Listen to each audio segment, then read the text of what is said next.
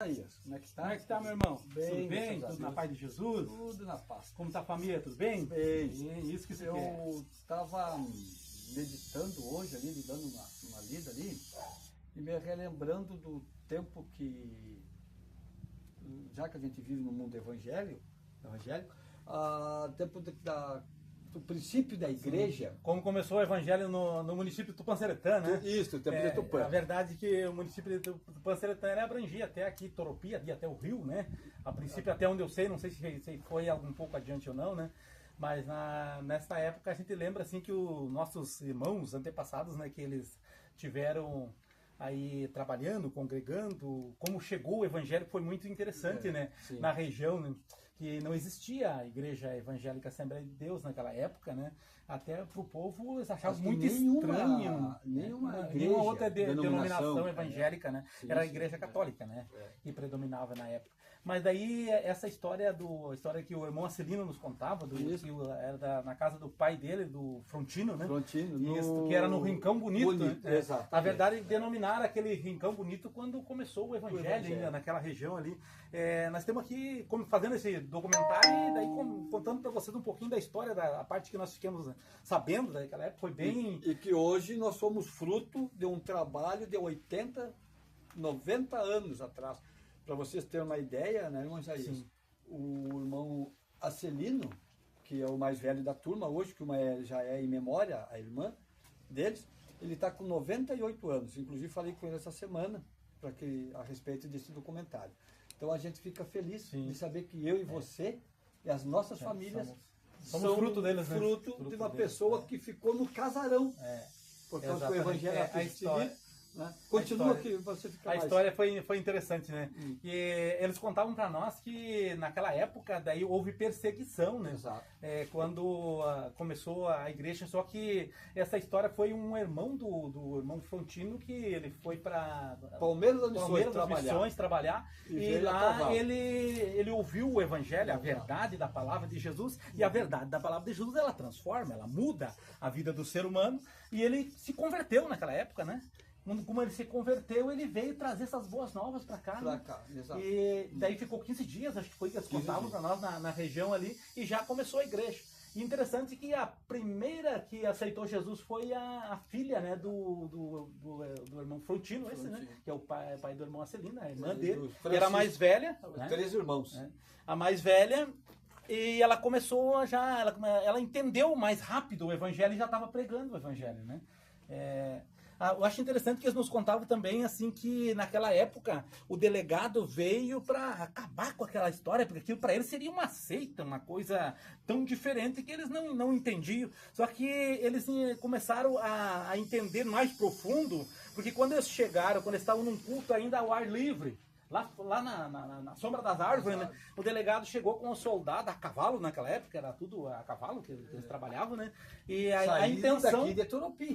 A intenção deles era de terminar, de tocar os cavalos no meio dos crentes, surrar os crentes e esparramar com aquela história ali. Só que os cavalos, eles contavam para nós que os cavalos paravam de pé e se jogavam de volta para trás. Não conseguiram fazer avante, esse ataque que eles iam fazer, né? Então, eles ficaram pensando, mas que história é esta, né? E daí o evangelho foi crescendo, foi indo prender o pai do irmão Acelino, né? No casarão aqui que é da Comate hoje. Onde é da Comate hoje, que a gente depois, aí quando nós viemos pro Toropia, eu vim pra cá, daria um ano mais ou menos, veio meu pai também, daí começou os cultos aqui no Toropia, né?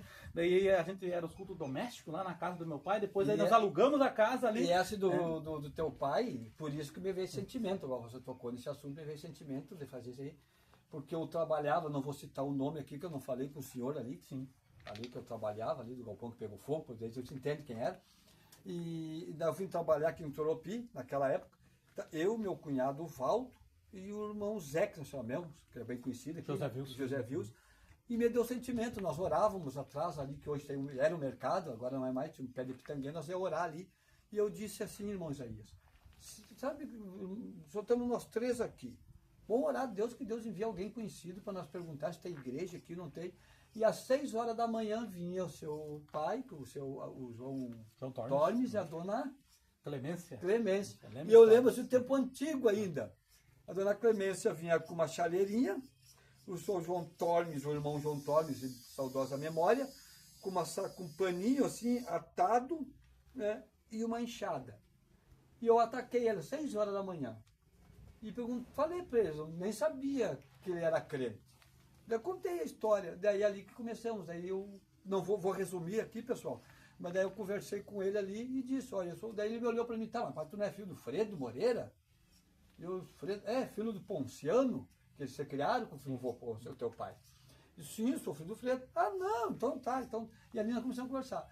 Resumindo, daí passou-se uns dias, né, nós fomos então fazer culto ali na casa do teu pai, lá na vila. Como é que é o nome da? Vila Serafim. Vila Serafim. E depois de lá, Deus abençoou.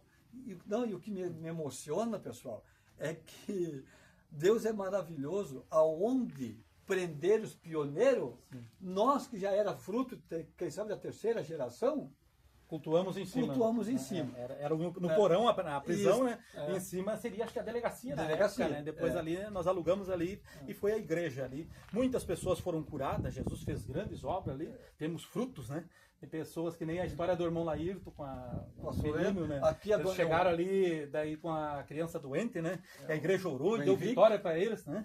E eles estão até hoje dando glória para Jesus e agradecendo, né? Aqui a que faz doce ali, a irmã Silvana. Sim, inclusive nós temos juntamente com o irmão, nós fizemos um programa Cristo no Galpão da Alma, ainda estamos falando esse mês sobre milagre, e pedi licença com ela, ela permitiu, e até entramos no assunto. Ela me disse que foi ali no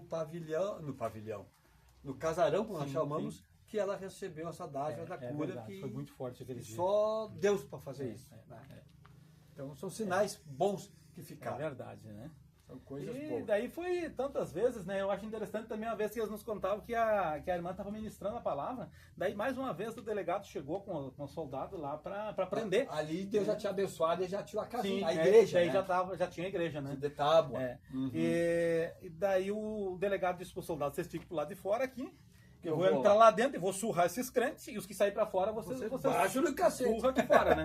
E é interessante que a irmã estava ministrando a palavra de Deus, quando ele chegou mais ou menos no meio do corredor ali, ela ministrando a palavra de Deus, e o delegado tomou posição de sentido e ficou cravando o olho na irmã que estava ministrando a palavra, né? E a irmã ministrando a palavra, ela falou aquela palavra que diz assim, que as armas espirituais são mais fortes que as materiais, né?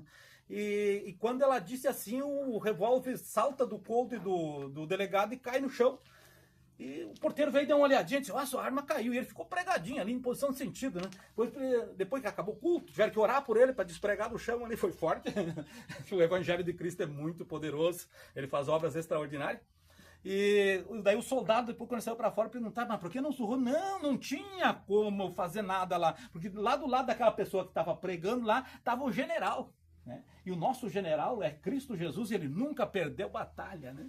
Então, por isso que a igreja está viva até hoje, né? Nós sabemos que enfrentamos um adversário, tem um adversário que derruba o homem, mas ele só derruba o homem porque ele caiu uma vez e nunca se levantou.